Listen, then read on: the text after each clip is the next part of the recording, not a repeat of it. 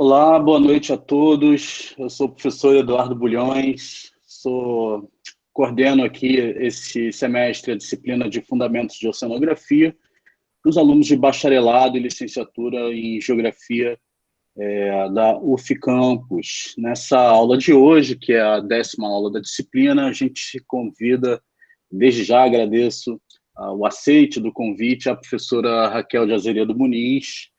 A professora Raquel de Azeredo Muniz é uma doutora formada pela Escola Nacional de Botânica do Jardim Botânico, mestre em Engenharia Ambiental pelo FRJ e em Botânica pelo Museu Nacional e bacharel em Botânica pela UFRJ, né?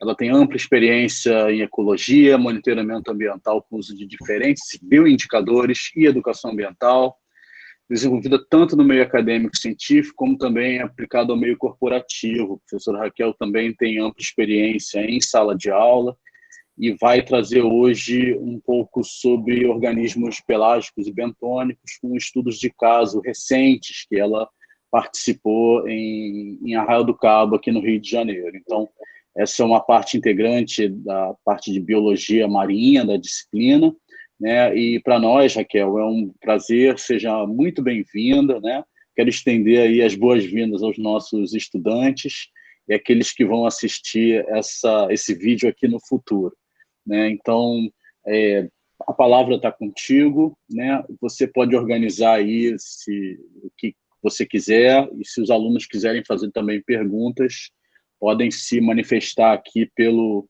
chat ou levantar a mãozinha que a gente abre aí a palavra. Não sei se a Raquel prefere ao longo da apresentação ou só depois, mas a gente tenta ajustar isso a partir de agora. Então, muito obrigado e boa noite. Olha, eu que agradeço o convite. Está sendo ótimo participar, né, dessa aula. E a dinâmica é a seguinte: eu vou abrir aqui a apresentação, vou colocá-la em modo apresentação para mim, e vai ser mais difícil de eu enxergar vocês. Então, eu não vou estar toda hora conferindo o chat, né, por conta da apresentação. Eu peço que as pessoas, se tiverem dúvida, pode me interromper à vontade, não tem problema, não precisa esperar acabar a apresentação, pode perguntar. É muito bom que vocês participem, é muito importante, isso torna essa dinâmica, né, da aula EAD mais confortável, digamos assim, mais palatável, né?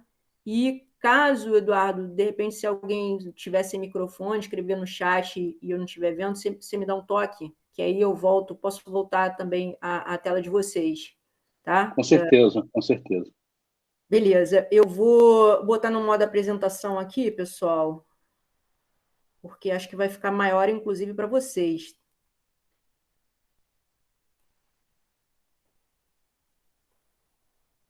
Vai ficar melhor de vocês verem também.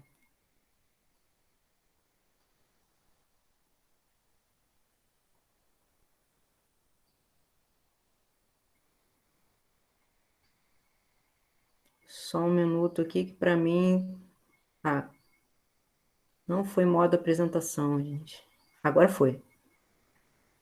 Tá legal para você? Perfeito, Raquel. Tá ótimo. Pessoal, mais uma vez, boa noite, obrigado. Hoje, que é uma etapa da disciplina, né, que o professor Eduardo está ministrando para vocês, ele me colocou algumas opções assim para escolher, e eu escolhi esse assunto, falando um pouco, né, de alguns conceitos, né, dentro desse escopo do que são organismos pelágicos e bentônicos. Tenho certeza que muitos de vocês já ouviram falar desses termos, né, bastante, mas trazendo 2 estudos de caso de um trabalho que eu terminei recentemente em Arraial do Cabo, né, que eu coordenei entre 2019 e agora abril de 2021 em Arraial do Cabo, né? Então, esse símbolozinho que vocês estão vendo aí é até o símbolo do projeto que eu desenvolvi. Eu achei que ele ia ser levado por mais 2 anos, mas foi interrompido, mas a gente conseguiu fazer um trabalho muito legal, interessante, e em breve teremos artigos aí relacionados a esse trabalho. Bom, para a gente começar, eu trouxe aqui de uma forma um pouco mais divertida. para a gente conceituar o que são organismos pelágicos e bentônicos, né? Porque nos livros de biologia marinha vocês vão ter esses termos, e quando a gente fala de organismos pelágicos, a gente está falando daqueles organismos que vivem na coluna d'água, né? O pélagos, né? Está relacionado à profundidade. Então, dentro desse contexto de organismos pelágicos, a gente vai encontrar dois grandes grupos, assim como se fossem compartimentos de organismos marinhos, né? Visto que a gente está num ambiente tridimensional, né? O ambiente marinho é um ambiente tridimensional, e todo ele é ocupado por vida, né? Então, a gente tem o grupo dos plânctons, né? Como é que é definido o plâncton?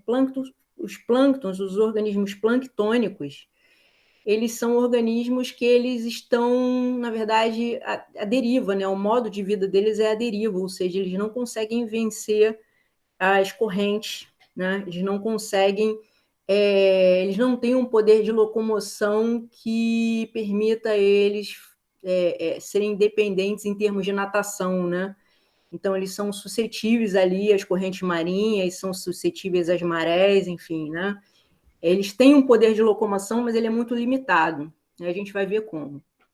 O nécton, né, que são os organismos que conseguem vencer essa barreira, né, das correntes marinhas e tem uma dinâmica própria, né, uma autonomia de navegação, digamos assim, né, de natação. Então, fazem parte aí os peixes, né, os cetáceos, mamíferos marinhos, né, os organismos de grande porte que conseguem atravessar a coluna d'água de uma forma mais autônoma, né?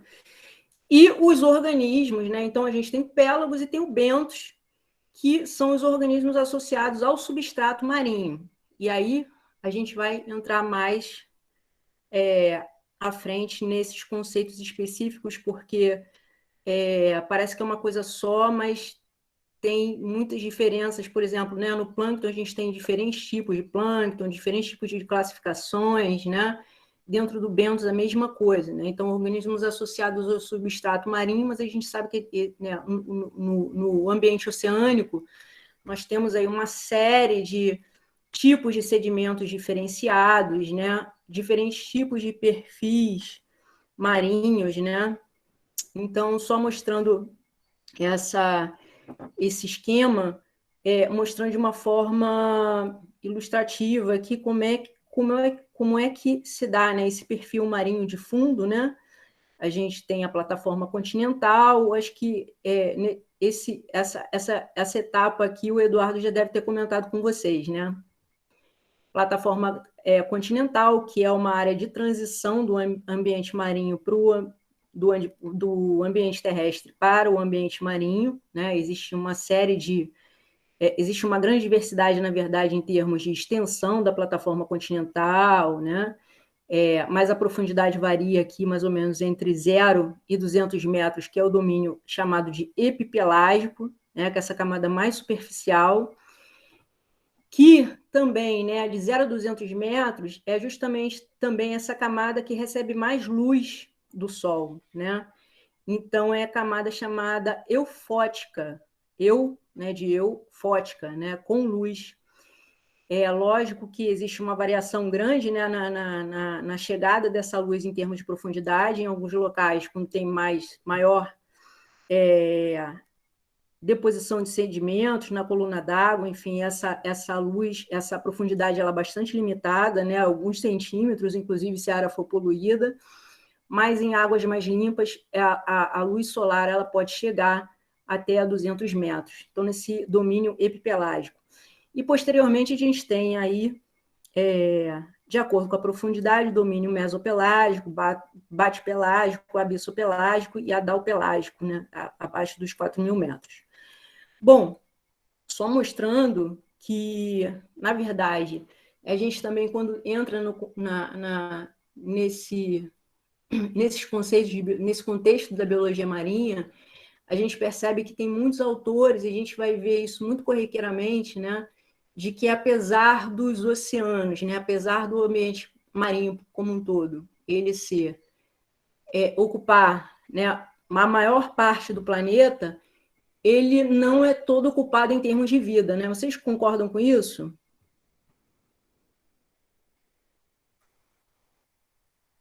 Oi, pessoal, vocês estão me escutando? Opa. Sim, tá todo mundo escutando, vamos ver. Eles não responderam nada. Pode falar sem medo, gente. Se errar, tá tudo bem também. Pode dar a sua opinião. Tá livre para opiniões agora, nesse momento.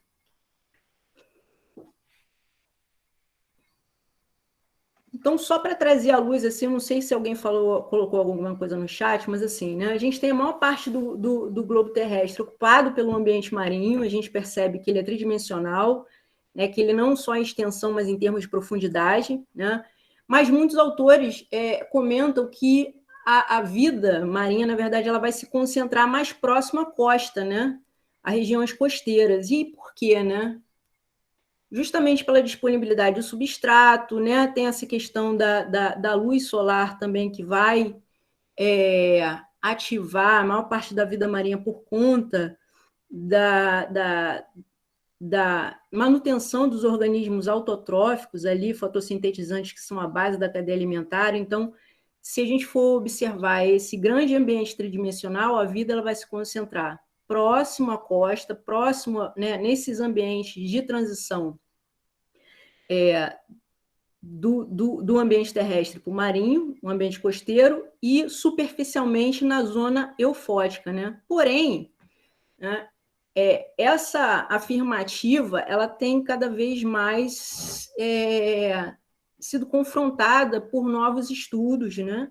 E também pelo desenvolvimento da tecnologia. Então, por exemplo, até pouco tempo atrás,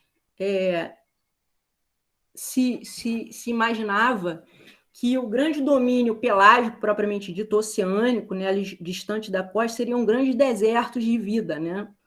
Mas, desde pouco tempo, foram descobertos, por exemplo, organismos diminutos, assim, muito pequenos, né? Muito pequenos, que antes não eram conhecidos porque não se tinha tecnologia o suficiente para percebê-los, né? E hoje em dia já se sabe que eles estão distribuídos nos oceanos de uma forma geral, em uma grande quantidade, mesmo sendo microscópicos, eles são assim, né, tão abundantes que eles são responsáveis, por exemplo, por 70% do oxigênio atmosférico atual, né, que são alguns organismos planctônicos, como a gente vai ver agora, né? Então, como eu já falei, os organismos planctônicos, eles são aqueles que ficam à deriva, né, que não conseguem vencer as correntes, mas eles podem ter uma certa locomoção. Então, como assim eles podem ter uma certa locomoção? Geralmente, alguns organismos planctônicos, principalmente o fitoplâncton, né, que precisa de luz solar para fazer fotossíntese, ele tem uma capacidade de migração na coluna d'água, um deslocamento vertical. Ele pode afundar e ele pode controlar também o seu movimento para a superfície. E o mesmo zooplâncton, né? Então, já adiantando um pouco assim, né? O plâncton ele pode ser classificado de diversas formas, né? Com relação à produção primária, com relação à fotossíntese ou sua forma de assimilação ou produção de carboidratos, a gente tem o fitoplâncton, que são os organismos fotossintetizantes. A maior parte das vezes eles são microscópicos, né? Na sua grande maioria. O zooplâncton, que são os microcrustáceos, né? Que são os organismos consumidores que habitam o plâncton, e tem uma classificação, geralmente a gente só tem essas duas classificações, né? Fito e zooplâncton, mas alguns autores inseriram esse termo também, o bacterioplâncton, separando bactérias, né, árqueas, enfim, e vírus também marinhos, né? Existe uma série de vírus marinhos aí importantes dentro dessas comunidades marinhas, né? Então, nem estaria dentro do bacterioplâncton, né? Seria uma outra categoria à parte, né? Bom, é interessante que esses organismos eles podem migrar na coluna d'água também, né? Então, inclusive, eles têm algumas adaptações para isso, né? Então, por exemplo, o fitoplâncton, apesar de ele não conseguir sair nadando, né, ele consegue fazer essa migração vertical. Por quê? né? De dia, ele precisa ir para a superfície para absorver luz solar para fazer fotossíntese, correto? Então, ele vai permanecer na superfície. Porém, quando chega, né, um certo horário que ele já atingiu o seu pico de fotossíntese, né, e para a fuga dos predadores, o que acontece? Ele pode submergir e ir para uma faixa da coluna d'água, né, um pouco mais protegida, mais escura, mais protegida dos predadores, né? Eles têm uma série de adaptações. Tem, por exemplo, algumas microalgas marinhas, né, que fazem parte do fitoplâncton, que eles vão ter bolsas de ar, né, dentro dos vacúolos das células. Eles podem ter bolsinhas de ar, produzir vesículas de ar, que vai ajudar nessa, como se fosse uma boia, né? E a célula vai controlar essa quantidade de ar para que ela possa emergir ou submergir, dependendo da necessidade, né? Alguns têm gotas de óleo, né, que tornam esses organismos menos densos, então eles conseguem ir para a superfície, e aí quando eles querem afundar, eles consomem esse óleo, né, e afundam. Ou a própria forma do organismo, né? Tem organismo, por exemplo, zooplânctônico, que eles têm projeções, então é como se fossem... Imagina uma aranha. Vocês já viram uma aranha na superfície da água? Alguém já viu? Já vi, já. Exatamente, né? Como é que a aranha consegue ficar na superfície da água? O que ajuda ela a se manter na superfície, naquele filme da lâmina da água? Ela está encolhidinha ou ela fica toda aberta? Fica toda aberta, né? Para ter mais contato, né? Para aumentar a superfície, né? Então funciona como se fosse um paraquedas. Quando ele está na superfície, ele abre todas essas ramificações, né, esses apêndices, fica igual um paraquedão lá em cima, né, se mantendo ou para se alimentar ou para fazer fotossíntese. E quando ele quer afundar, ele recolhe essas projeções e aí consegue ir para uma camada inferior do ambiente, onde ele fica mais protegido. Então, o plâncton, apesar dele não ter essa capacidade autônoma, né, de natação, locomoção, né, dele ser um organismo que ele fica à deriva, ele não é tão paradão assim, né? Ele consegue fazer essa migração, que é muito importante para a manutenção da vida desses organismos, né? Tem outros tipos de classificações também do plâncton. Professora, né? Fala. tá me ouvindo bem? Tô. Tá, boa noite. Só uma dúvida. Boa As noite. diatomáceas seriam um exemplo de fitoplânctons? As diatomáceas, elas podem ser tanto planctônicas como elas podem ser fitobentônicas. Geralmente, elas são mais fitobentônicas, são mais associadas ao fundo do que o plâncton, tá? Porque elas têm uma carapaça pesada, tá? De sílica. Uhum. Então, né, é uma célula, é um ser unicelular, então vai ter a membrana, né? Só que ela vai ter, externamente a membrana, ela vai ter uma carapaça de sílica, né? Que funciona como se fosse uma saboneteira, assim, sabe? Elas se encaixam, assim, tem uma parte menorzinha e uma maior, tipo placa de Petri, ou tipo uma saboneteira que se encaixa. Entendi. E essa carapaça externa, ela é pesada, então ela tende a ir para o fundo.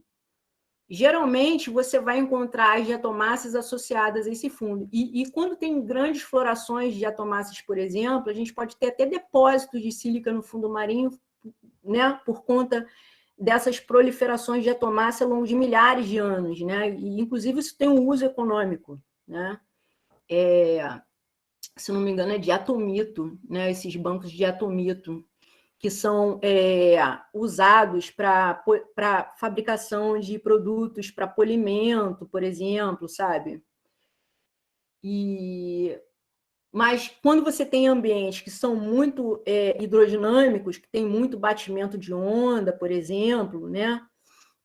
Você pode ter ressuspensão dessas diatomáceas no fundo e ela está mais disponível no plâncton, tá? Mas geralmente elas fazem mais parte do fitobentos. Podem perguntar à vontade, tá, gente?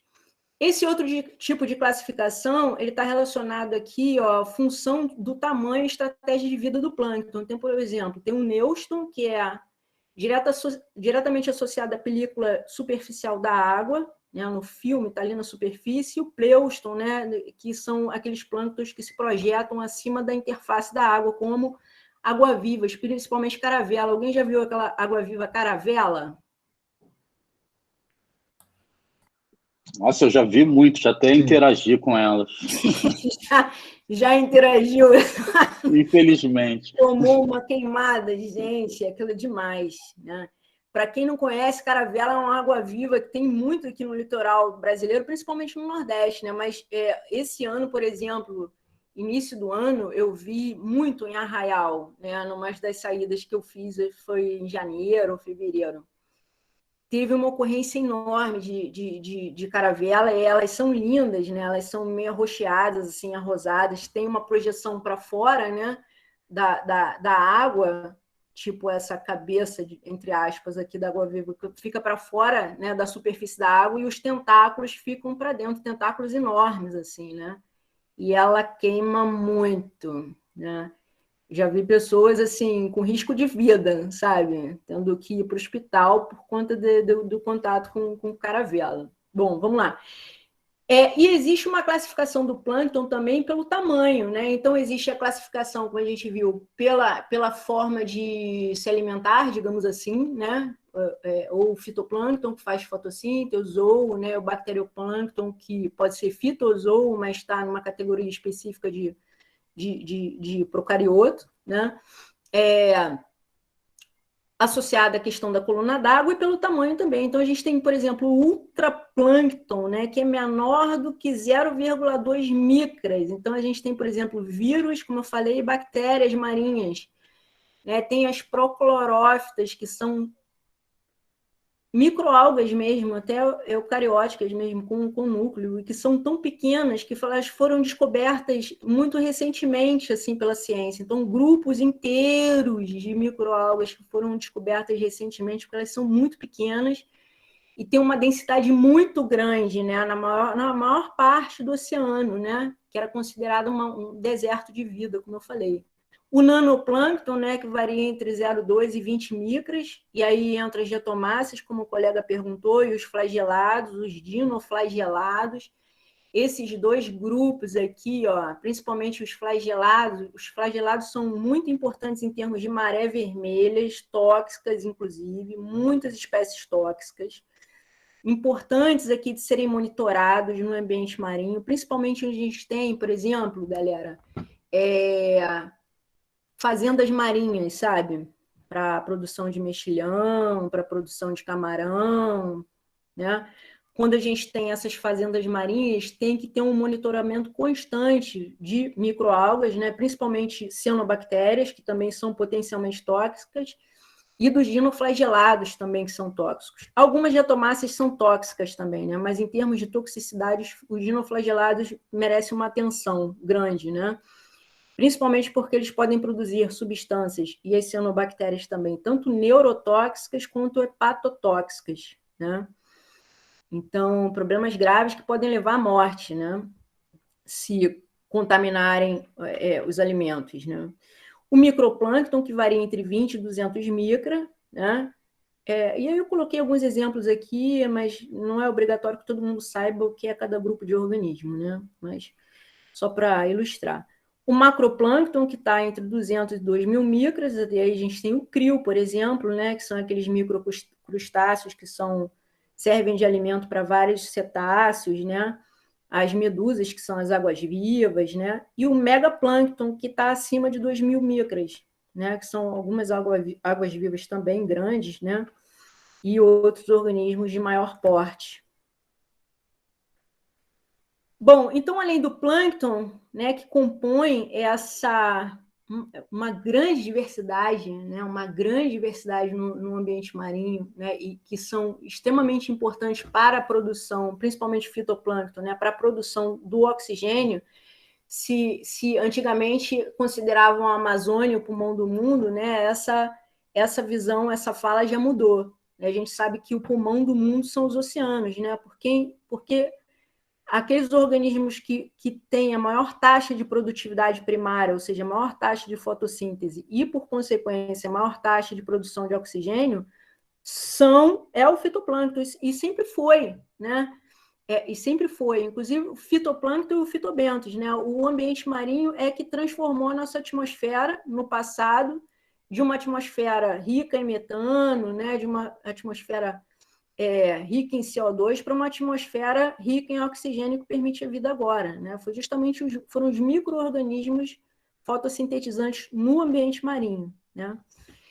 E a gente vai partir agora para o nécton, né? Que compreende todos os animais, né? Todos os organismos, animais de grande porte, geralmente, né? Com capacidade de deslocamento ou natação, superando a força de corrente, né? Então, eles podem se deslocar ativamente, tanto no plano vertical quanto horizontal. E o que é mais interessante desses organismos é que a capacidade deles de deslocamento é tão grande que eles podem ser, né, tem vários tipos de organismos que fazem migrações transoceânicas. E que, na verdade, a gente sabe muito pouco sobre essas migrações, né? Na verdade, a gente sabe muito pouco mesmo. Então, eu destaco, por exemplo, alguns peixes, né, tipo alguns tubarões que são migratórios. A gente tem cetáceos, né, principalmente baleias, como a baleia jubarte, que vocês estão vendo aqui uma ilustraçãozinha, uma fotinho abaixo, né, que é bastante comum no nosso litoral. Está no período de jubarte agora, elas fazem essa migração do Polo Sul, né, de regiões do extremo sul até o Nordeste brasileiro para reprodução, né, e para cuidados com os filhotes. E aí, no período de novembro, elas voltam para o sul, né, voltam para o Polo Sul, que são animais assim magníficos, né? E tartarugas marinhas também, migratórias. Tartarugas marinhas, a gente sabe muito menos ainda sobre essa relação, com relação a essas migrações. A gente vai entrar no estudo de caso, eu vou falar um pouquinho sobre as tartarugas também, tá? Bom, já os organismos bentônicos, eles estão associados ao fundo, ao sedimento marinho. E a gente tem, de sedimento marinho, a gente tem vários tipos de sedimentos, né? O sedimento marinho ele pode ser tanto um sedimento consolidado, né, como os costões rochosos, por exemplo, que vocês estão vendo uma ilustração aqui. Tudo isso que vocês estão vendo de colorido aqui são esponjas marinhas, né? E algas também filamentosas, algas calcárias. Então, toda essa cor que está cobrindo essa pedra, essa rocha, esse costão, esse matacão são organismos vivos, né? E eu já deixei essa ilustração junto com a referência aqui, que é disponível na internet, se vocês tiverem curiosidade. Essa aqui foi a última publicação do projeto Ilhas do Rio, que eles fizeram um guia de biodiversidade. Na verdade, é mais um guia de mergulho, né? Mas também um guia da biodiversidade marinha das ilhas Cagarras, do Rio, né? Que ficam ali em frente a Copacabana, aquele arquipélago, e tem um pouquinho das Ilhas Maricás também, das Ilhas Tijuca, né? Então, vocês podem, através do título, enfim, entrar no site do Projeto Ilhas do Rio e baixar o livro em PDF. É pesadão, né, porque tem ilustrações maravilhosas, mas fica a dica aí para quem quiser acessar, né, da série Livros do Museu Nacional. Então, tanto os organismos bentônicos, eles podem ser epibentônicos, né, sobre o substrato, que pode ser consolidado, e aí pode ser o que é um substrato consolidado? Um substrato duro, né? Pode ser tanto um substrato rochoso, natural, né? Mas o substrato consolidado ele pode ser artificial também, né? A gente não tem inúmeras plataformas de petróleo aí offshore, né? Aqui na região, principalmente na região sudeste, né? Bacia de Campos e tal. Todas essas estruturas elas servem de substrato para os organismos bentônicos ocuparem, né? Elas viram grandes recifes artificiais, né? O organismo bentônico ele não chega lá, quero saber se isso aqui é natural ou não. Ele vai e ocupa, né? As larvas ocupam esse substrato e crescem, se desenvolvem, etc. Mas a gente também pode ter organismos bentônicos que são chamados até de infauna, né? Ou seja, são aqueles organismos episâmicos, são aqueles organismos que vivem no meio do sedimento não consolidado, que pode ser um sedimento lamoso, né, de lama, né, substrato fino, ou você pode ter um substrato arenoso, cascalho, né, tem diferentes granulometrias, e imagina só, o ambiente marinho é composto por diversos tipos de sedimentos, isso aqui é como se fosse um mosaico, né, no ambiente oceânico.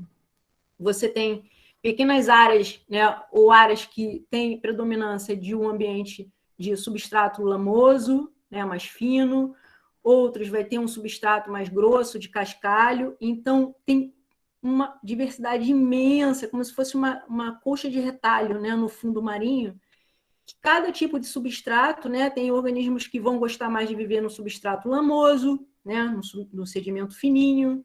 Tem outros organismos que vão gostar mais de viver no ambiente de substrato mais grosso, de cascalho ou de areia.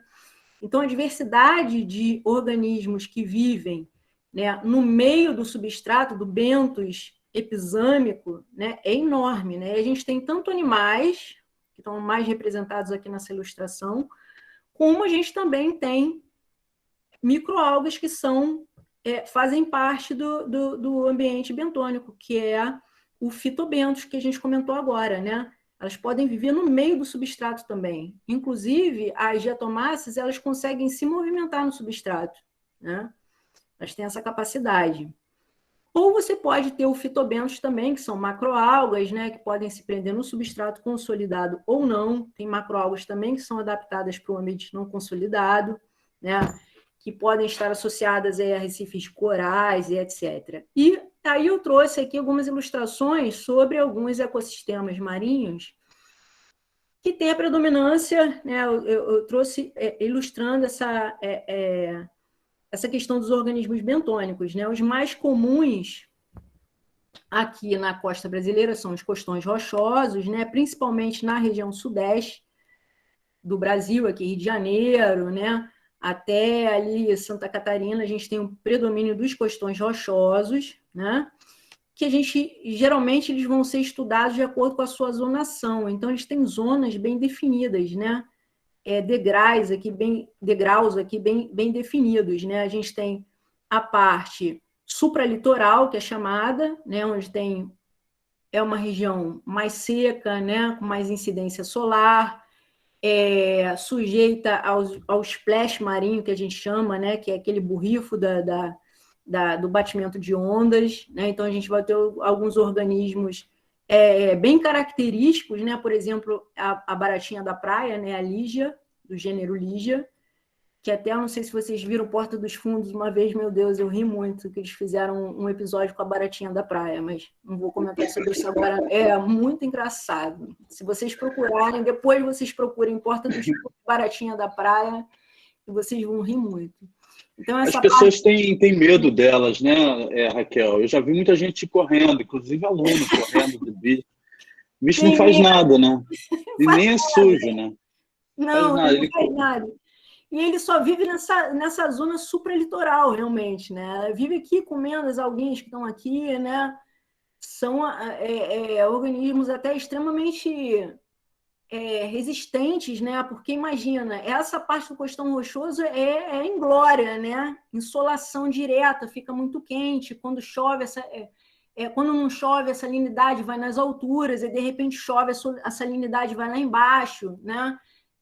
E a temperatura decai também de repente, né? Então, são organismos bem plásticos, digamos assim, né? Em termos de tolerância às variações bruscas, né? do meio. Então, ela vai ocorrer nessa área. A gente tem níqueis também, tem vários organismos que vivem nessa região, né? Aqui, por exemplo, a gente tem algumas cracas, né? Quitâmalos, enfim, né? Moluscos que vivem nessa região supralitoral. A gente tem a região mesolitoral, que é um meio aqui. Fala. Raquel, o Alexandre pediu a palavra. Vou passar para ele. Pode falar, Alexandre. Oi, Raquel. Nesse sentido aí, eu queria saber se o tipo de feição geomorfológica e a característica da rocha interfere na disseminação desses organismos. Se é uma rocha ígneo, metamórfico, então o tipo de feição que resultou, se, por exemplo, você falou que isso aqui são os costões rochosos e os outras feições, tem alguma interferência assim, na disseminação desses organismos?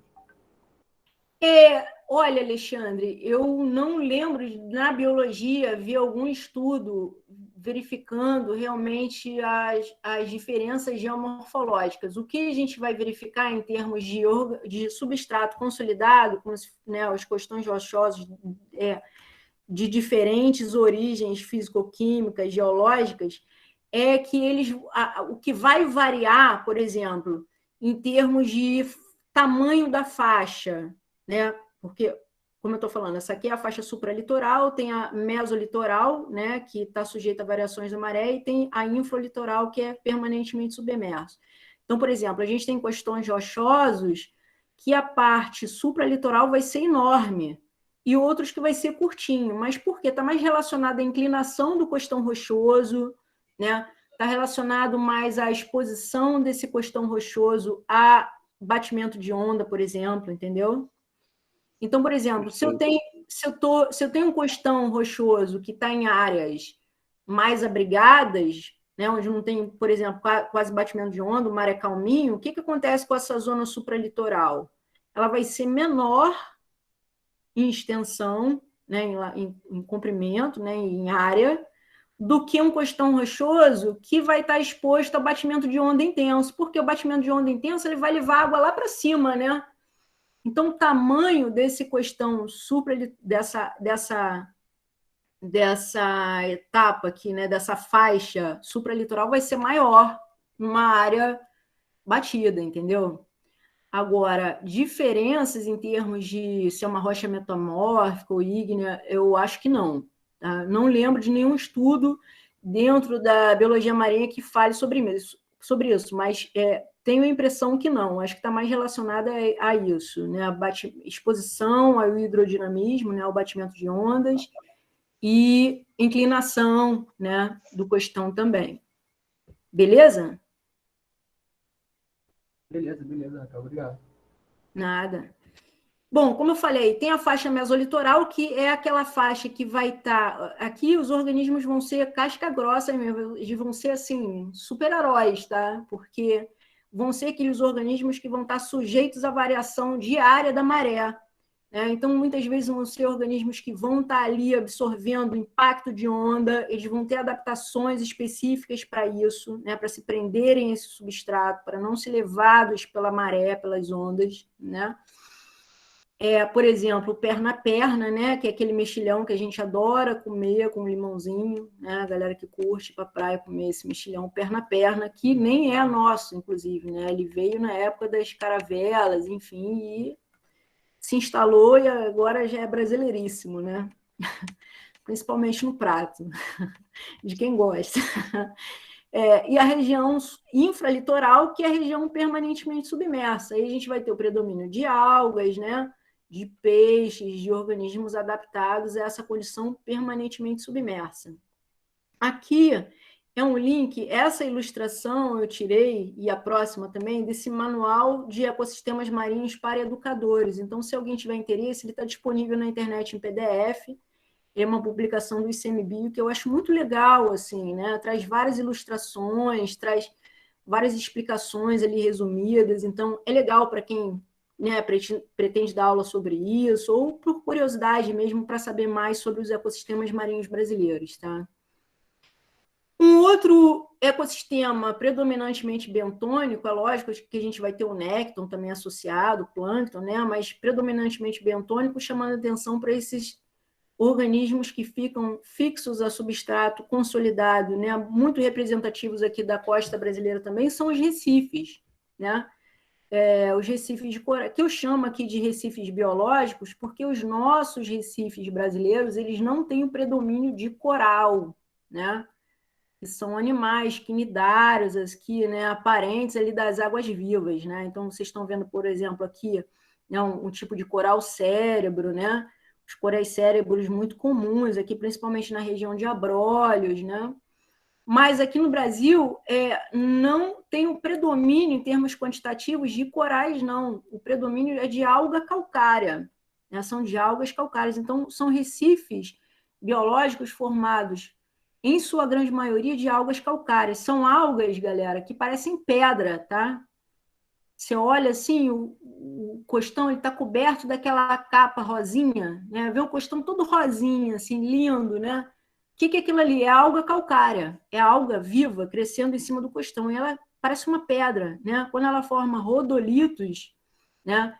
Que é uma forma de vida livre, que tem muito também na costa brasileira,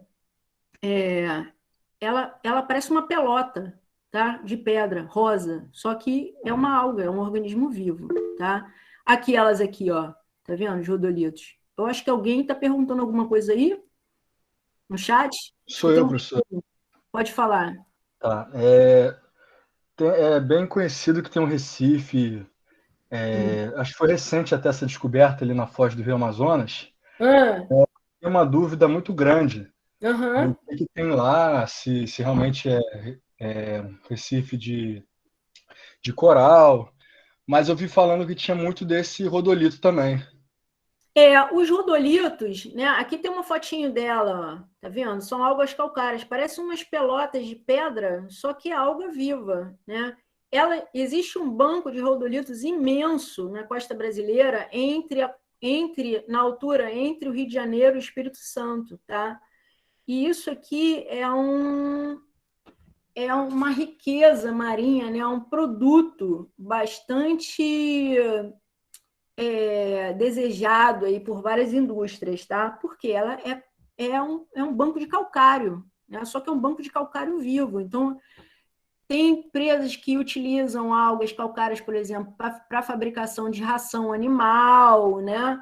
Elas são utilizadas em diversos segmentos industriais, né? Só que existe um licenciamento para a exploração desses bancos calcários, justamente porque eles são vivos e levam milhares de anos, né? Uma alga dessa, ela leva séculos para crescer. Ela cresce muito lentamente, né? Mas existe o uso, inclusive, de algas calcárias até para cirurgias ósseas, né? Porque elas são facilmente assimiláveis pelo corpo humano. Olha que loucura, tá? Então, às vezes, né, quando faz reconstrução óssea, precisa de um pedacinho de osso, não tem, já tiveram experimentos com o uso de algas calcárias e foi rapidamente assimilado. E nessa região do Rio Amazonas, da foz do Rio Amazonas, foi descoberto, assim, né? Não só... Não tenho, assim... Não me recordo, eu tenho esse artigo, depois eu posso passar para o professor Eduardo para passar para quem tiver interesse. Mas não me recordo o quantitativo, eu acho que não, com certeza, não é de algas calcárias, né? Porque é uma área extremamente escura, né? Na foz do Rio Amazonas, por causa da quantidade de sedimentos que o Rio Amazonas traz, né? Mas existem espécies de corais de profundidade. Existem corais, né, espécies de corais, que eles sobrevivem numa boa no escuro, né? Ao contrário da maior parte dos recifes de corais que a gente conhece, que são predominantes em áreas iluminadas, né? Porque eles têm aquela zooxantela, aquela alga associada e tal, mas tem recifes de profundidade que eles vivem no escuro numa boa. E foi justamente várias espécies que eles encontraram ali, espécies novas, inclusive, que ficam abaixo, né, dessa pluma do Rio Amazonas, e muitos outros organismos também com uma diversidade de esponjas, né, de organismos bentônicos. As algas calcárias, realmente, elas conseguem alcançar essas maiores profundidades e sobreviver, porque ela faz fotossíntese, né? Então ela precisa de luz também, né? Mas elas conseguem viver no limite ali da escuridão, sabe? Elas conseguem sobreviver e fazer fotossíntese com um pouquinho de radiação solar que chega aqui. Justamente porque elas não têm essa coloração vermelha, avermelhada, rosada, né? Essas algas que são as algas vermelhas, elas têm pigmentos. Esse pigmento que compõe, né, que são chamados de ficobilinas, eles conseguem absorver a pouca radiação solar que chega nessas áreas mais profundas. Então, justamente, elas conseguem sobreviver nesse limite, né? Então, por isso que existe a possibilidade, sim, delas ocorrerem nesse Recife, abaixo do Amazonas, mas por conta disso, mas em menor quantidade. Gente, desculpa, eu não sei eu não sei nem quanto tempo, mas eu estou falando que eu não estou vendo o relógio. Está tranquilo, Eduardo? Oi, Raquel, tá tranquilo, são 5 para as 7, mas não tem problema, vai lá, a gente está Vamos super mais um interessado pouquinho, aí no tema, vamos, tá claro, tranquilo, eu vou mais um pouquinho, mas já vou chegar no estudo de caso, tá? claro, fica à vontade. Só para complementar, de ambientes costeiros, né, onde a gente tem uma grande representatividade dos organismos bentônicos, eu saliento aqui os manguezais, né, os bancos de gramas marinhas, que muito associados aos recifes de corais, e os bancos de macroalgas, né? Como a gente tem lá em Arraial do Cabo, vários bancos de macroalgas, cujo protagonista assim, das algas é o sargaço, que a gente vai ver a seguir. Bom, deixa eu beber um gole d'água aqui. A gente vai chegar no estudo de caso e... Bom, vou falar sobre as aplicações práticas, né, desse conhecimento sobre esses organismos. Então, eu já trabalhei um pouco, por exemplo, dentro da Petrobras com organismos bentônicos, né, da meiofauna, né, da fauna pisâmica, né, que vive entre os sedimentos, como bioindicadores. Então, por exemplo, tem alguns grupos de organismos que eles se proliferam quando você tem algum impacto incidente no ambiente, né? Então, a gente fazia esse monitoramento lá na Petrobras, que era algo obrigatório, assim, né, ligado ao licenciamento ambiental, que era verificar, coletar periodicamente sedimento para avaliar esses organismos, né, identificar e verificar quais aqueles tipos de organismos que estavam em maior quantidade ou em menor quantidade, né? Em contrapartida, a gente tem organismos mais sensíveis, que são os primeiros a sumirem quando você tem algum impacto ambiental, tipo derramamento de óleo, qualquer coisa, né?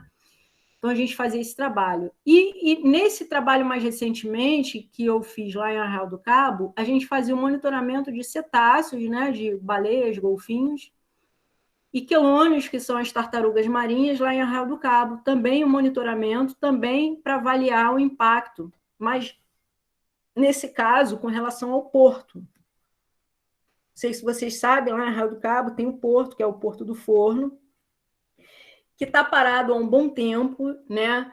Mas um porto em atividade, ele gera uma série de impactos ambientais para os organismos bentônicos também, né? Plâncton, tinham equipes específicas que trabalhavam com diferentes organismos, né? Então, tinha uma equipe específica que fazia o monitoramento do plâncton, tinha uma equipe específica que fazia o monitoramento do bentos, principalmente com relação à bioinvasão, né? Por causa de trânsito de embarcação, né?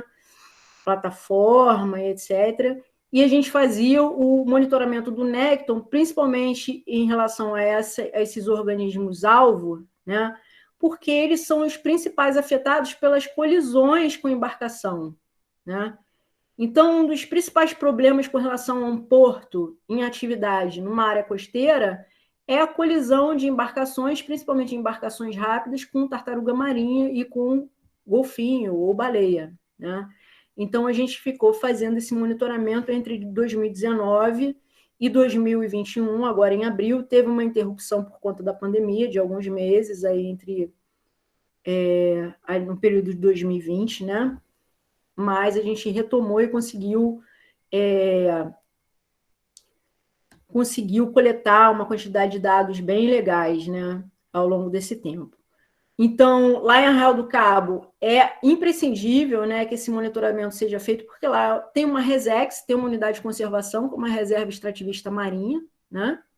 Então, você tem um porto em atividade, que é uma atividade, um empreendimento extremamente impactante dentro de uma área que tem uma reserva extrativista, que tem uma unidade de conservação, né? Então, a necessidade de monitoramento é dupla, né? Tem uma dupla importância aí.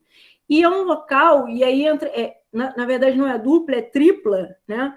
Porque, além da unidade de conservação, é um local único da costa brasileira. Eu acho que Arraial do Cabo é uma pérola, sabe? O pessoal fala muito de Fernando de Noronha, né? Que realmente é lindo, eu não conheço pessoalmente, mas, assim, conheço Abrolhos, por exemplo, que é maravilhoso, tem uma grande diversidade, né?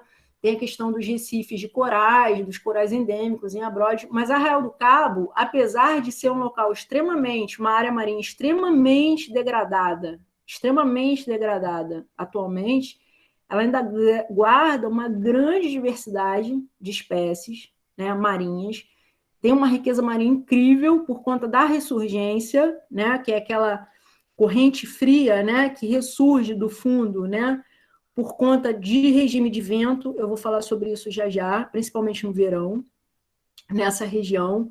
E a ressurgência, ela enriquece aquilo de uma forma absurda, né? E tem uma diversidade, que é a diversidade dos mamíferos e dos quelônios marinhos, né, da dinâmica das populações que ocorre ali, que eu consegui perceber com esse trabalho, né? Porque tem muito foco de trabalho lá, tem muito trabalho publicado lá em Arrau, tem, né? A gente tem lá a UF, né, que está em associação com aquele centro de pesquisa da Marinha, o IAPM, né, que é um instituto de pesquisa da Marinha, que fica lá em Arraial do Cabo. Então, a gente tem a UF em cooperação, tem outras universidades em cooperação com o IAPM, então tem muito trabalho lá. Inclusive, sobre o IAPM, né, que é o Instituto de Estudos do Mar Almirante Paulo Moreira, isso. Eu, por 2 vezes nessa disciplina, em outros anos, eu fazia visita com os alunos aos laboratórios do IAPM lá, e assistia uma aula maravilhosa com o pessoal da acústica submarina, com o pessoal da Biomar. Eles têm um catálogo lá de espécies incrível. Então, mas esse ano a gente não pode fazer por causa da pandemia, mas eu tenho lá todos os contatos, a gente frequenta lá os laboratórios, é sempre uma experiência muito legal. E tem muita coisa deles na internet também, se eles quiserem consultar. Sim, tem sim. Lá é incrível, né? Porque une ali no mesmo instituto a oceanografia física, né? A oceanografia química e a biológica, né? Isso, perfeito. Então, eles têm uns trabalhos estratégicos, inclusive, né? Da Marinha, com relação à oceanografia física, né? Muito tem sido trabalhado em termos de hidroacústica, né? Por conta da navegação também, isso também é uma questão estratégica da Marinha, né? Então, tem muito trabalho lá. Em termos de oceanografia biológica, né, da biologia marinha propriamente dita, tem muitos trabalhos, mas a maioria concentrado na região costeira. Então, assim, os costões rochosos de Arraial do Cabo, eles são todos estudados, né? Há muito tempo, né? Mas a parte de alto mar, não. Então, por exemplo, esses organismos mais pertencentes ao nécton, propriamente dito, né, que fazem essas migrações, baleias, tartarugas, golfinhos, eles nunca foram muito estudados, porque para você fazer um estudo desse tipo, um monitoramento, você precisa de embarcação, você precisa desenhar uma metodologia que você observe os bichos navegando, né? Isso é mais difícil em termos de logística, de custos, né? E etc. Eu fiz esse trabalho pela Firjan, né? Federação das Indústrias do Rio de Janeiro, para o cliente, que no caso era o Porto do Forno. Então, a gente tem, por exemplo, lá em Arraial do Cabo, 44 espécies, né? De baleias e golfinhos, né? Ou seja, 80% dos cetáceos de ocorrência em águas brasileiras já foram observados lá em Arraial do Cabo, e o Salvatore Siciliano, ele foi um pesquisador que muito se empenhou ali com esses trabalhos de referência sobre baleias e golfinhos em Arraial, só que muito por ponto fixo, né? Porque tem um trabalho também de monitoramento por ponto fixo, que você tem que ter um equipamento específico, né, o teodolito, para fazer o monitoramento. Isso é feito lá em Abrolhos, por exemplo. A gente já observei os trabalhos do pessoal do Baleia Jubarte, por exemplo, lá tem um ponto fixo de monitoramento no alto da ilha, que é feito pela galera, assim, né, durante toda a temporada de Jubarte. Então, você pode ter um ponto fixo em áreas específicas para fazer esse monitoramento, menos desgastante, digamos assim, né? Mas tem que ter um equipamento específico, né? Tem que ter uma frequência, né? Ou embarcado. E embarcado é legal porque você acompanha o comportamento dos bichos também no mar, né? Outras dinâmicas que estão acontecendo no processo deles de migração, né? E em termos de tartarugas marinhas, a gente tem as 5 espécies, a referência das 5 espécies de tartarugas que ocorrem na região. Então, a gente tem a tartaruga verde, que é a Chelonia midas, a gente tem a careta, né, que é a tartaruga cabeçuda, a gente tem a tartaruga oliva, a tartaruga de couro, né, e a tartaruga de pente. Nesse trabalho, a gente não observou tartaruga de pente, só as outras 4 espécies, né? Então, o objetivo, na verdade, foi verificar, o monitoramento foi verificar os principais impactos, né, sobre esses animais ao longo do período de estudo. Então, apesar do porto não estar em atividade durante esse período, atividade forte, né, eles fizeram pouquíssimas atividades com relação a desembarque, principalmente desembarque de sal. A Sal Cisne usa muito o Porto do Forno ali para desembarcar o sal, né, que é vendido para diferentes segmentos aí industriais, não é só o sal de cozinha, né? Mas a gente observava outros impactos também, a gente acabou observando outros impactos, principalmente do turismo ali na região, e a gente vai chegar lá. E também um dos objetivos do trabalho específicos, né, foi sugerir novas perspectivas de acompanhamento para os parâmetros observados. O objetivo geral foi apresentar os resultados de monitoramento de cetáceos e quelônios em Arraial do Cabo e da caracterização de áreas de alimentação, esse vai ser o nosso segundo estudo de caso, né, das tartarugas marinhas, ao longo das etapas da atividade de monitoramento, né, e a relação, né, desses resultados com o processo de licenciamento do Porto do Forno. Bom, como eu falei, esse trabalho de monitoramento das baleias, golfinhas e tartarugas, né, ele foi feito embarcado. Então, já tinha um escopo de um desenho, né? Quando eu assumi esse trabalho, já tinha uma metodologia, desenhada, né, previamente pelo Salvatore Siciliano. Então, por quê? Né? Porque houve o embarque do Porto do Forno, então o projeto desse trabalho ficou engavetado durante anos, né? E aí a gente desenvolveu ele depois de anos. Então, já tinha o desenho da metodologia. Então, a gente navegava, então a gente fez duas áreas, né? A área externa, né?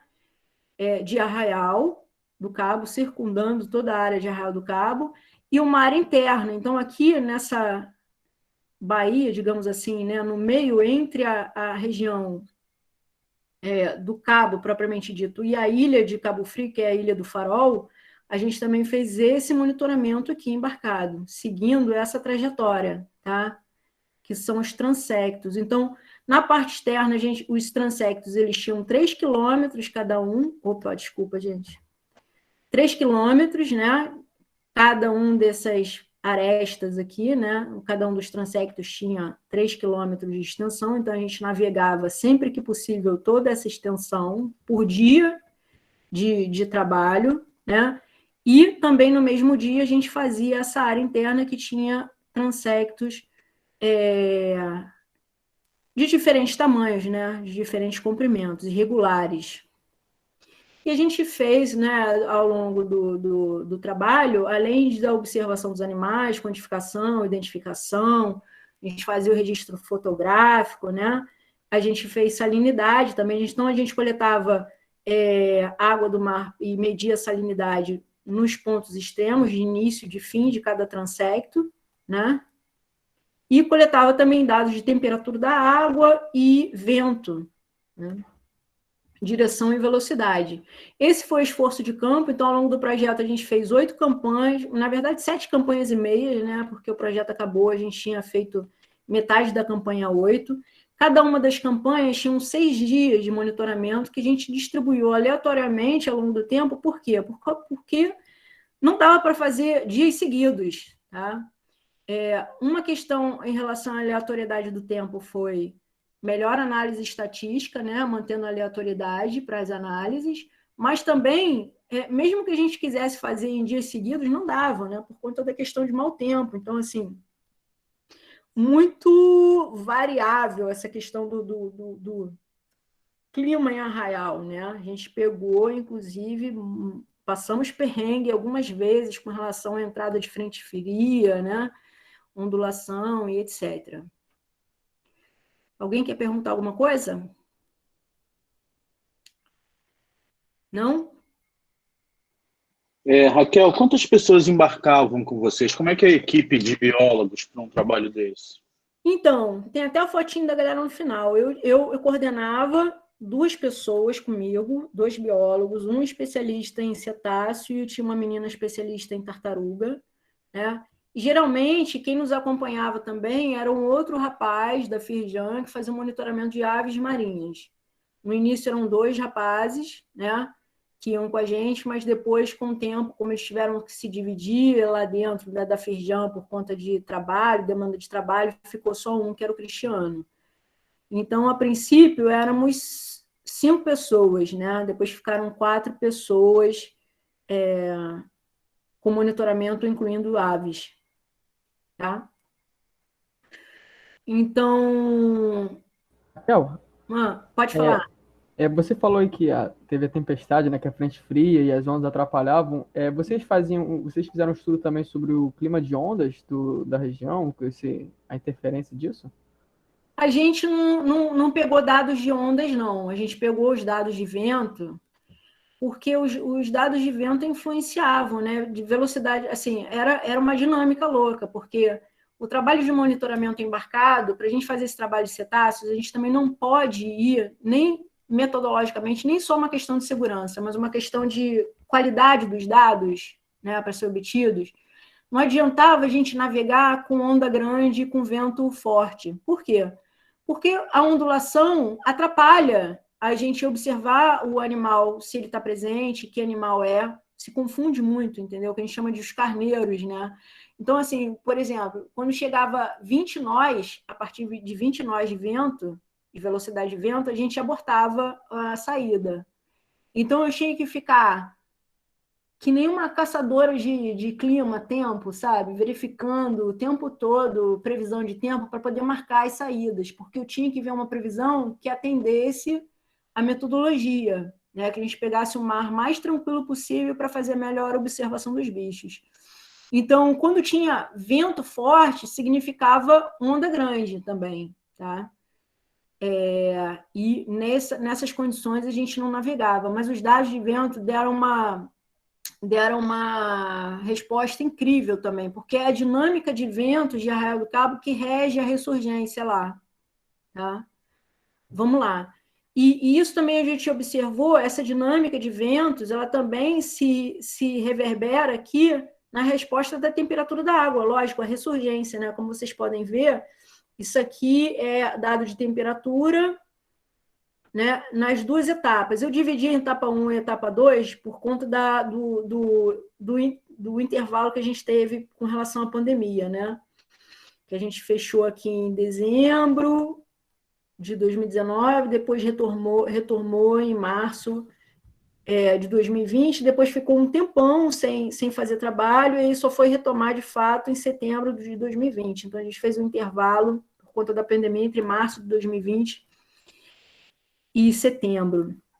Por isso que eu dividi em 2 etapas. Mas isso aqui é o valor de temperatura superficial da água ao longo do tempo de trabalho. Então, vocês percebem que chega aqui em novembro e dezembro, a temperatura baixa. Isso tanto, a gente tem os transectos internos e os transectos externos, né, aquele fora. Se a gente for observar, na área externa de Arraial do Cabo, essa temperatura ela tende a cair mais nesse período entre novembro e dezembro, que é o período da ressurgência, e que é o predomínio dos ventos de norte e nordeste lá com maior intensidade. Então, é justamente os ventos de norte e nordeste que chegam em novembro, final da primavera, início de verão, que ele empurra, né, a água quente da superfície e permite que essa água fria de fundo, né, das águas centrais do Atlântico Sul, essa água fria, rica em nutrientes, surja, né? E a gente via exatamente o ponto onde elas surgiam, onde essa água surgia. Era um negócio, assim, de louco, né? Foi um dos trabalhos mais legais que eu já fiz na minha vida, sinceramente, né? E isso se repete aqui, ó, se repete na segunda etapa. A gente vê esse período do verão, que são o período, né, que é o período de águas mais frias. Então, a gente vê, por exemplo, aqui, né, em janeiro de 2021, né, a gente vê essa queda da temperatura da água, principalmente na região, na face externa, né, de Arraial do Cabo. Aqui mostrando justamente a direção de vento percentual. Isso aqui eu fiz o percentual.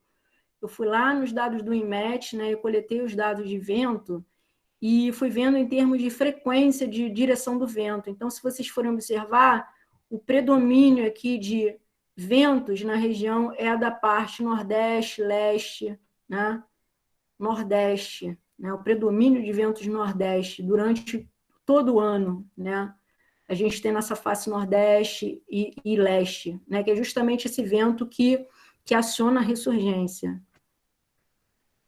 Bom, em termos de animais, a gente observou ao longo do trabalho todo 364 animais, sendo 254 na primeira etapa, né? 122 cetáceos e 132 quelônios, e 110 na segunda etapa, sendo divididos aí entre 79 cetáceos e 31 quelônios. Lembrando, galera, que o número de cetáceos ele é sempre estimado, porque é o que a gente consegue ver na superfície. Então, às vezes tinha um grupo imenso de golfinhos, né? E a gente só conseguia contar o que estava na superfície, mas o que está lá embaixo d'água, realmente a gente não teve acesso. Provavelmente o número de cetáceos aí foi bem maior, né? Mas dentro da metodologia foi o que a gente conseguiu observar. Em termos de cetáceos, a gente conseguiu qualitativo, né? A gente viu a Megaptera novinha, que é a baleia jubarte, o Turcips truncatus é o golfinho nariz de garrafa. A gente viu orca lá na região, uma época específica. E Balaenoptera, a gente conseguiu só identificar em termos de gênero, mas a gente desconfia que foi a baleia de Bride, né? Que ela é bem tímida, assim, ela não sobe muito a superfície, então foi difícil da gente identificar, a gente só conseguiu identificar em termos de gênero. E de tartaruga a gente viu, né, a cabeçuda, a Dermocheles coriácea, que é a tartaruga de couro, a tartaruga verde, e a tartaruga oliva, que é a Lepidocheles olivácea, tá? Estou mostrando aqui algumas fotinhos para vocês do que a gente viu lá em campo. A jubarte, bem próximo à costa, ali em Arraial do Cabo, é um local mágico, assim, né, diferente de toda a região sul e sudeste, onde ela faz esse período de migração, é o local que ela mais se aproxima da costa, porque no lado externo de Arraial, né, principalmente naqueles transectos externos e alguns pontos específicos, a gente tem uma queda abrupta da profundidade aqui, né? Então, elas conseguem encostar mais aqui na costa, né? O que não acontece muito em outros locais nesse período de migração, né? O golfinho nariz de garrafa, né, que é o Turcips truncatus, e a orca, né, a Ursinus orca. E aqui as nossas tartaruguitas marinhas, né, a Chelonia midas, que é a tartaruga verde, só a cabecinha aqui para fora, careta, que é a cabeçuda, a olivácea, tartaruga oliva, e aqui a maravilhosa tartaruga de couro, parece um dinossauro. E aí, o que a gente observou ao longo do tempo em termos de distribuição desses organismos ao longo do tempo e ao longo do espaço, né, ao longo desse trabalho? As campanhas, por exemplo, na campanha 1 do trabalho, em 2019, a gente observou nessa primeira campanha só uma concentração, então aqui tem os mapas de calor, né, com a distribuição dos animais e a quantidade. Então, a gente observou um grupo de 5 indivíduos aqui de Turcips truncatus. Eu botei a carinha dele aqui para facilitar a visualização, né? Só um grupo específico aqui de 5 animais, como eu falei, 5 animais na superfície, mas a gente não sabe exatamente o tamanho do grupo. Para isso, seria necessário fazer uma contagem melhor, digamos assim, de ter um trabalho, ter um equipamento que pudesse observar a parte submersa também, né? Já na segunda campanha, que a gente pegou justamente ali entre final de maio de 2019, junho e julho de 2019, justamente a época das baleias jubartes, então vocês verifiquem aqui, ó, que tem uma distribuição ao longo de toda a área externa, né? Teve um grupinho também de Turcips truncatus aqui, de golfinho nariz de garrafa, mas a maior parte da distribuição de cetáceos aqui e maior concentração de baleia jubarte, né, na parte externa. Na área interna, nenhum cetáceo, né? Na terceira campanha não houve registro de cetáceos, mas na quarta campanha, que foi em novembro, foi início da primavera de 2019, a gente teve uma ocorrência de baleia orca, a gente viu raia-manta, que não é cetáceo, né, é peixe, mas a gente viu é o auge da ressurgência aqui em novembro, então tudo acontece. Então a gente viu baleia orca, a gente viu raia-manta, a gente viu peixe-lua, mergulhei com peixe-lua, tirei foto peixe-lua, não botei aqui porque tem que achar essa foto, mas é incrível assim, a ressurgência acontecendo num arraial assim, maravilhoso, né? E na quinta campanha a gente viu também o grupo, né, quem reinou aí no caso foi o Turcips truncatus, né, o golfinho nariz de garrafa, alguns organismos, alguns golfinhos que a gente não conseguiu identificar a espécie, que eu coloquei como delfinídeo, e a baleia de Bride. A baleia de Bride ela ocorre muito na época de março, né? Na campanha 7, novamente, grupo predominante, e na campanha 8, foi o golfinho nariz de garrafa, mais uma vez aqui a baleia de Bride, né, a Balaenoptera, aparecendo. Se vocês forem verificar, mais ou menos no mesmo ponto, né? Próximo, Balaenoptera, né? E, na verdade, o cetáceo mais frequente na região, que foi observado em quase todas as campanhas, foi o golfinho nariz de garrafa. Então, assim, o golfinho nariz de garrafa, essa espécie, eles são muito plásticos, assim, as populações, né? Eles podem estar em grupos pequenos, mas eles podem estar em grupos imensos, assim. Eles transitam aqui na costa do Rio de Janeiro, modificando esses grupos. Então, assim, não tem um clã específico, sabe? Não tem um grupo específico. Eles estão sempre trocando indivíduos ali, né? E essa dinâmica, ela flui muito em razão da perseguição das presas, né? Então, por exemplo, entrada de cardumes, de peixes, né, para alimentação. Então, todo o deslocamento e distribuição deles ao longo da costa é regido, né, justamente pela distribuição de alimento, né? O que se tem de estudos sobre essa espécie é comentado sobre isso. Então, a ressurgência ela também influencia. A ressurgência, gente, só fazendo um parênteses aqui, lá em Arraial do Cabo, ela não é uma ressurgência constante, né? Então, a gente tem um predomínio... Gente, vocês estão aí, né? Às vezes eu fico com medo de cair, assim, e achar que eu estou sozinha falando. Tá tudo perfeito, Raquel. Tá bom, né? Tá ótimo. Eu não estou vendo vocês, às vezes eu estou falando para caramba aqui, eu fico na paranoia. Mas, assim, o período da ressurgência mais frequente em Arraial do Cabo é justamente final da primavera e verão, como eu comentei, que a gente tem o predomínio dos ventos de Nordeste, né? Mas não necessariamente ela não vai acontecer fora desse período, né? Então, como eu falei, tem um vento, por exemplo, tá? Eu estou em julho lá, entrou uma semana de vento nordeste forte, vai entrar ressurgência. E eu posso ter toda uma dinâmica marinha que vai se construir ali em uma semana. Vrá! Plâncton vai florescer e toda a cadeia trófica marinha vai chegar e vai vir golfinho no final, né? E toda aquela loucura. Que é menos esporádico, né? Mas isso acontece porque não é uma área constante de ressurgência, como em outras regiões do mundo, né, que tem ressurgência sempre por conta da dinâmica de corrente, dinâmica de fundo, não é por conta de regime de vento, mas ela acontece em pulsos também, né? Fora daquela época específica, ela acontece em pulsos, então é uma loucura, né? É muito legal. Aqui, distribuição de quelônios, né, das tartarugas marinhas, quem reinou, botei a coroinha aqui com mais frequente, né, quem reinou em termos de frequência, né,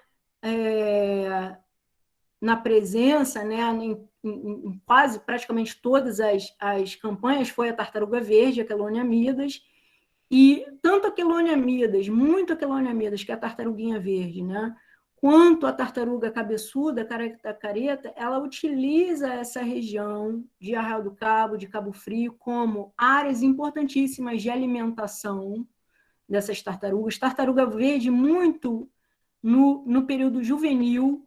Então, assim, os filhotinhos de tartaruga verde utilizam muito as áreas próximas aqui de costa, ficam comendo, né, alga em Arraial do Cabo, né? E local de migração. Então, eles vão, se alimentam, né, e continuam a sua migração. E a tartaruga verde é interessante, porque a gente não sabe nada, né, dessa trajetória migratória delas, né? Elas vão, nascem, aí partem para outro lugar, somem do universo, pequenininha, de repente aparece maior porte, aí utiliza essas zonas de alimentação, chegam num determinado tamanho, some, e vai para outro local de reprodução e desova, e é assim, a gente não sabe muita coisa, né? muitos dos trabalhos recentes têm sido feitos em termos de telemetria. Você, né, pluga um sensor aqui na tartaruga e acompanha via satélite onde essa tartaruga está se deslocando, mas são estudos extremamente caros, né, e pontuais. A gente no Brasil ainda não tem muito isso, infelizmente, né? Então, a gente verifica, né, a distribuição das tartarugas aqui ao longo das campanhas, campanha 1, principalmente próximo à Praia Grande, né? Campanha 2, a gente tem uma boa distribuição, principalmente de tartaruga verde, né? Tem a careta também aqui, a tartaruga cabeçuda, que apareceu só em um indivíduo, né? Na região próxima aqui à Ilha de Cabo Frio, né? Em triangulinho pequeno, eu sei que está bem pequenininho de ver, mas tem algumas que a gente colocou como não identificada, porque também identificar esses bichos navegando, às vezes é difícil, principalmente se eles têm um tamanho pequeno, né? Então, a gente coloca como não identificado, mas percebe que é uma tartaruga, né? Campanha 3, e aí a gente já percebe também que tem indivíduos distribuídos nessa área interna. Por que foi importante monitorar essa área interna? Justamente porque a área sob influência do porto, né? Se a gente queria detectar influência do porto nas tartarugas, a gente tinha que fazer essa área interna, que não foi previamente contemplada no plano original. Eu tive que fazer umas modificações. Bom, na campanha 4, que foi a mesma campanha que a gente viu as orcas, lá em termos cetáceos, que eu falei que apareceu o peixe-lua, que eu falei que apareceu o raia-manta, apareceu também essa mágica aqui, que é a tartaruga de couro, que é uma espécie enorme, ela parece um fusca, assim, tinha umas do tamanho de um fusca. E se liga, gente, na quantidade de tartarugas de couro que apareceram em Arraial do Cabo nesse período da ressurgência, em novembro de 2019. Né?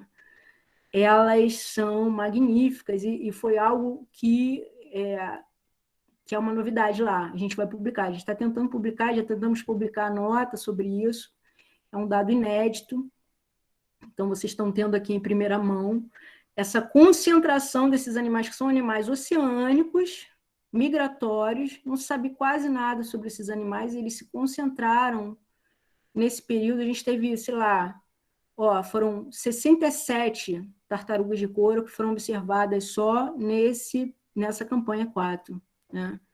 E depois elas sumiram, né? Então, cada animal, assim, do tamanho do fusca, a gente não sabia para onde tirar foto, porque era muito bicho, e elas estavam perseguindo a mancha de água-viva, né? Tinha muita água-viva nesse período, espalhada ali por conta da ressurgência, e elas estavam seguindo essa mancha de água-viva para se alimentar, né? Isso é algo que acontece, então, segundo essa publicação que eu coloquei aqui da Lopes e Rocha, 2009, elas têm períodos de 2 em 2 anos. Às vezes, elas chegam em período de 2 em 2 anos, se reúnem numa determinada área de alimentação, né? E só aparecem depois de 2 anos, porque elas intercalam reuniões de alimentação com reuniões para reprodução, né? E na campanha 5, a gente teve o normal, né? Dermocheles coriácea, só apareceu uma tartaruga de couro, finalzinho da temporada. O predominante foi Quelonias midas, né? A tartaruga verde, principalmente nessa área interna, tá?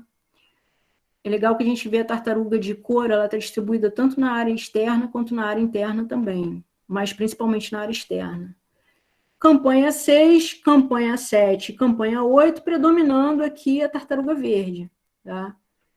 Na campanha 7, ela estava mais presente aqui na área interna. A gente viu muito filhotinho se alimentando, muitas pequenas, né, que a gente chama de juvenis, nessa área interna, né, mais abrigada, com maior disponibilidade de alimento, né?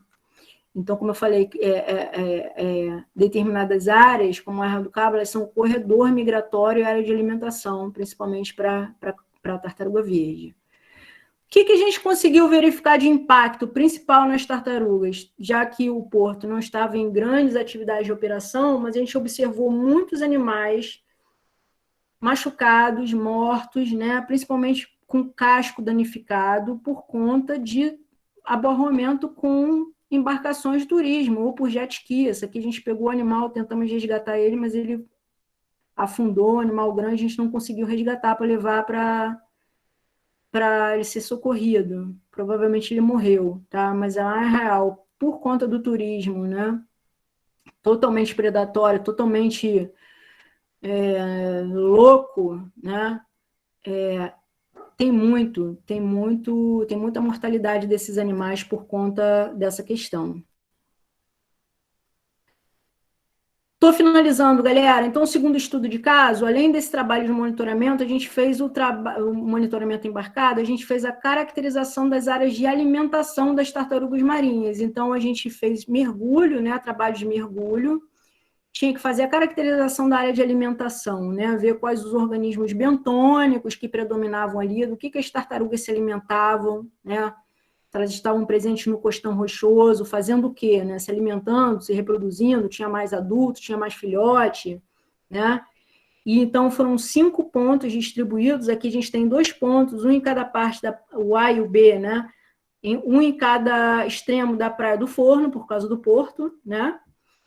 Um na prainha, um no local chamado Saco do Gato, que é o C, e um controle na área externa, no Saco dos Ingleses, o local chamado Saco dos Ingleses, tá?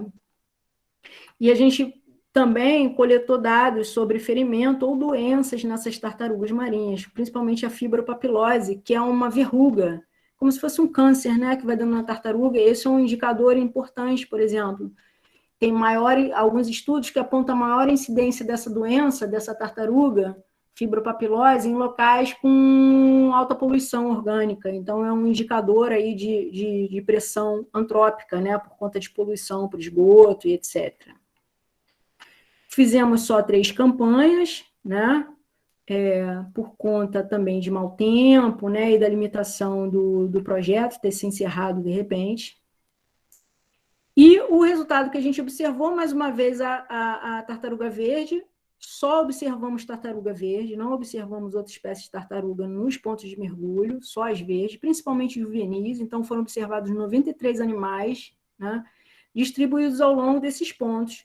E o local que teve mais tartaruga, né, em todos os períodos, principalmente na última campanha, foi na prainha, né, em Arraial do Cabo, aquela primeira praia, quando a gente chega em Arraial do Cabo, que tem um banco de macroalgas ali enormes, né?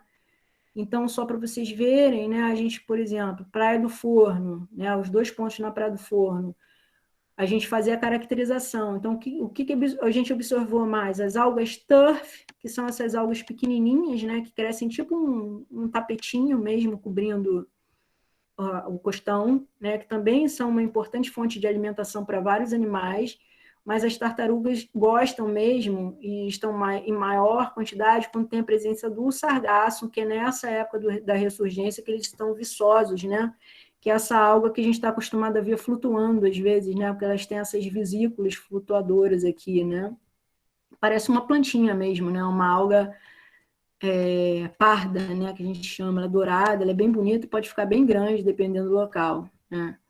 Então, a gente foi caracterizando cada ponto, né, verificando quais os organismos predominantes no bentos, né, e que organismos servem mais de alimentação para a tartaruga. É lógico que onde teve maior alimento disponível, elas estavam em maior quantidade, e foi na prainha que isso aconteceu. É porque a tartaruga verde ela é predominantemente herbívora, né, ela gosta mais de comer alga, ao contrário da tartaruga de couro, por exemplo, que é predominantemente carnívora, né? Então, mais uma vez, a gente encontrou as algas turf, aqui a gente encontrou o coral, aquele coral babão, né, que é o Palitoa caribeorum, Millepora alcicornis, na segunda parte da Praia do Forno. Millepora alcicornis é o coral de fogo, né, aquele que queima, que parece um chifre de veado, assim, laranja também, né. Muito lixo, né, muito lixo, muito material de pesca também, preso no fundo, danificando os animais, inclusive. Saco do Gato, a gente observou principalmente esse coral mole, que a gente chama aqui, né, que é o orelha de elefante, Filogorgia digitata, cobrindo o fundo, muito legal. Saco dos Ingleses, né, muita alga turf, mas muito batido. Teve uma pernada que a gente não conseguiu fazer, Saco dos Ingleses, que era naquela área externa, né, na ilha. Então, baixa ocorrência dos animais, principalmente por conta do batimento, né? Porque eles também usam o substrato bentônico para dormir. Então, já vi várias vezes tartaruga dormindo, né, no meio dos matacões ali, descansar, né? E na prainha, que foi a maior abundância, né, das tartarugas, justamente por conta do banco de macroalgas que existe lá, bem generoso, né, que serve de alimento para essas tartarugas. E menor pressão do turismo também, né? Porque nessas áreas, né, o Prado Forno, por exemplo, né, Saco do Gato, a gente tem muita visita de embarcação, de turismo, né? E aí elas são menos frequentes. Bom, essas foram as considerações finais, né? Que a gente observou, grande dinâmica e riqueza na abundância de organismos ao longo do espaço, do tempo, né? Tem uma dinâmica incrível ali, quem rege é a ressurgência, e quem rege a ressurgência são os ventos, né? A presença de animais oceânicos e migratórios, importantíssimos ali, de serem preservados, principalmente, né, desse abarroamento por embarcações. A tartaruga de couro, por exemplo, ela está criticamente ameaçada de extinção, né? Presença de quelônios na parte interna de Arraial, e aí pode ter influência do porto, sim, se o porto aumentar as suas atividades. Sofre muito impacto do turismo, inclusive.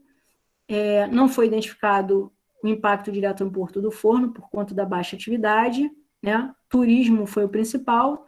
E o monitoramento, seria interessante que esse monitoramento fosse levado à frente, mas infelizmente não foi, né? Então, essa aqui é uma fotinho da equipe com quem eu trabalhava, né? Galera guerreira lá, passando mal à beça. Pessoal, vou sair aqui.